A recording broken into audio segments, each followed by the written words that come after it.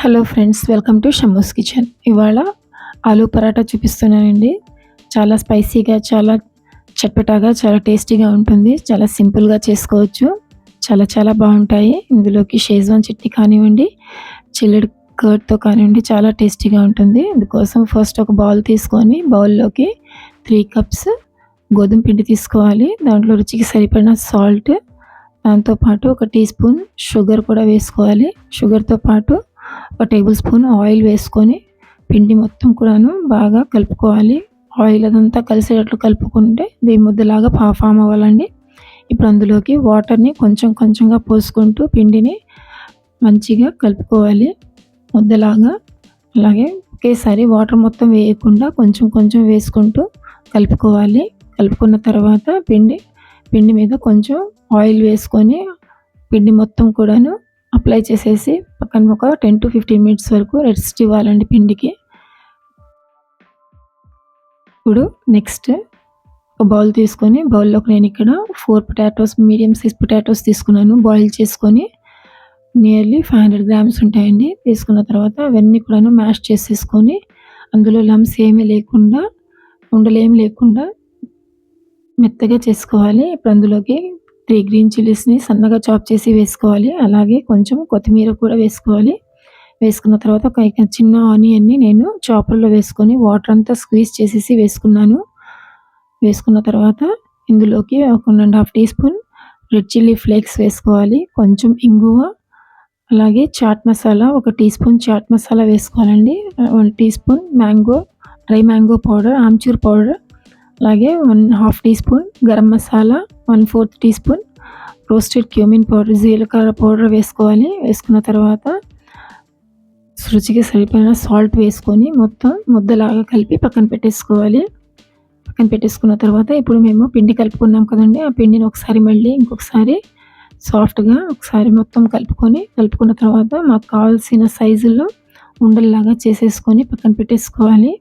మాకు ఎలా కన్వీనియంట్ ఉంటే ఆ సైజ్, మాకు కన్వీనియంట్‌గా ఉన్న సైజులో ఉండల్లాగా చేసేసుకొని పక్కన పెట్టేసుకొని ఆ ఉండల్ని ఒక్కొక్కటిగా రోల్ చేసుకొని కొంచెం డ్రై పిండిని వేసుకుంటూ రోల్ చేసుకోవాలి. మరీ పెద్దగా కాకుండా మీడియం సైజ్‌గా రోల్ చేసుకొని అందులోకి మేము మిక్స్ చేసి పెట్టుకున్న ఆలూ మిక్స్చర్‌ని అందులో ఫిల్ చేసేసుకొని మొత్తం కూడాను కవర్ చేసేసుకోవాలండి. మధ్యలో పెట్టేసేసి మాకు ఎంత అయితే ఆ పిండిలోకి ఆలూ మిక్స్చర్ పడుతుందో అంతనే వేసుకొని మొత్తం కూడాను కవర్ చేసేసుకోవాలి. ఎక్కడ కూడాను ఓపెన్ అవ్వకుండా చూసుకోవాలి.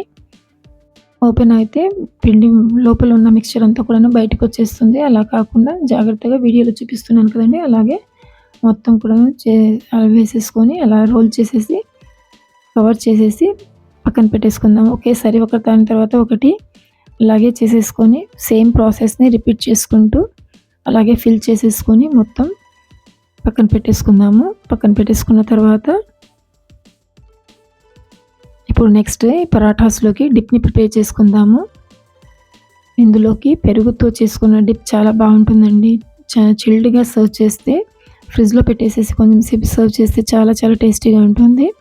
అందుకోసం ఇక్కడ నేను ఒక బౌల్ తీసుకున్నాను. బౌల్లోకి ఇక్కడ నేను పెరుగు తీసుకున్నాను. గడ్డ పెరుగు, ఫ్రెష్ పెరుగు తీసుకొని అదంతా కూడాను విస్కర్‌తో కొట్టేసుకోవాలి, లంప్స్ ఏమీ లేకుండాను సాఫ్ట్‌గా.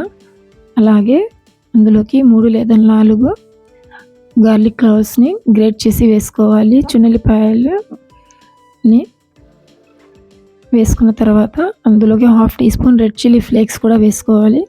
వేసుకొని రుచికి సరిపడిన సాల్ట్, కొంచెం కొత్తిమీర సన్నగా చాప్ చేసి వేసుకోవాలి. వేసుకున్న తర్వాత కొంచెం షుగర్ వేసుకోవాలి. 1/2 టీ స్పూన్ షుగర్ టేస్ట్‌ని బ్యాలెన్స్ చేయడానికి చాలా బాగుంటుందండి ఇలా వేస్తే. అదంతా మొత్తం కలిపేసుకొని ఒకసారి సాల్ట్ చెక్ చేసుకొని అది ఫ్రిడ్జ్‌లో పెట్టేసుకోవాలి. ఫ్రిడ్జ్‌లో పెట్టుకున్న తర్వాత ఇప్పుడు మేము స్టఫ్ చేసుకున్న పరాఠాస్‌ని తీసుకొని ఒక్కొక్కటిగా రోల్ చేస్తూ డ్రై పిండిని వేసుకుంటూ, మరీ ఎక్కువగా డ్రై పిండి వేయకూడదండి, లేకపోతే పరాఠాస్ డ్రైగా వస్తాయి. కొంచెం కొంచెంగా వేసుకోవాలి. వేసుకొని ఇవన్నీ కొంచెం జాగ్రత్తగా రోల్ చేసుకొని వేసుకోవాలి. అలాగే మిగిలినవి కూడా ఒక్కొక్కటిగా అలాగే సేమ్‌గా రోల్ చేసుకోవాలి. ఎక్కువ పిండి మాత్రం యూస్ చేయకూడదు. కొంచెం తక్కువ పిండి వేసుకొని యూస్ చేసుకొని రోల్ చేసుకోవాలి. రోల్ చేసుకొని పక్కన పెట్టేసుకొని ఇప్పుడు స్టవ్ ఆన్ చేసుకొని స్టవ్ మీద దోశ ప్యాన్ పెట్టుకోవాలి. దోశ ప్యాన్ బాగా వేడి అయిన తర్వాత ఈ పరాఠాస్ని ఒక్కొక్కటిగా ప్యాన్ మీద వేసేసుకొని 2 వైపులా కూడాను బాగా ఫ్లిప్ చేసుకుంటూ రోస్ట్ చేసుకోవాలి. ఇవి మంచి కలర్ వచ్చేలాగా ఇందులోకి మీరు ఘీ కానివ్వండి, లేకపోతే ఆయిల్ అయినా యూస్ చేయొచ్చు, లేదా బటర్ అయినా యూస్ చేసుకోవచ్చు. నేను ఇక్కడైతే ఘీ అప్లై చేస్తున్నాను. మంచి కలర్ వచ్చిన తర్వాత ఇందులో దీనిపైనకి నేను ఘీ వేస్తున్నాను. నెయ్యి వేసుకొని బాగా కాల్చుకోవాలండి 2 వైపులు కూడాను. వేసేసుకున్న తర్వాత అలాగే ఇప్పుడు ఇది ప్లేట్లోకి తీసుకొని మిగిలిన పరాఠాస్ని కూడా సేమ్గా ఇలాగే రోస్ట్ చేసుకోవాలి, ఫ్రై చేసుకోవాలి. ఇప్పుడు నెక్స్ట్ ఇంకొక పరాఠా కూడా వేసుకొని అలాగే 2 వైపులా ఫ్లిప్ చేసుకుంటూ టర్న్ చేసుకుంటూ కాల్చుకోవాలి. నెయ్యి అప్లై చేసుకుంటూ కాల్చుకొని అది కూడా ప్లేట్లోకి తీసుకొని సర్వ్ చేసుకోవచ్చు. ఇంకా అంతా రెడీ అయిపోయినట్లేనండి పరాఠాస్. చాలా సింపుల్గా చాలా ఈజీగా అయిపోతుంది. చాలా బాగుంటాయి ఇవి కూడాను. దీంతోపాటు చల్లగా ఉన్న పెరుగుని నేను చెప్పినట్లుగా అవంతా కలిపేసుకొని పెరుగు సర్వ్ చేస్తే చాలా చాలా టేస్టీగా ఉంటుంది. తప్పకుండా ట్రై చేయండి. దీంతో పాటు షేజ్వాన్ చట్నీ కానివ్వండి, టొమాటో సాస్తో కూడా చాలా బాగుంటుంది.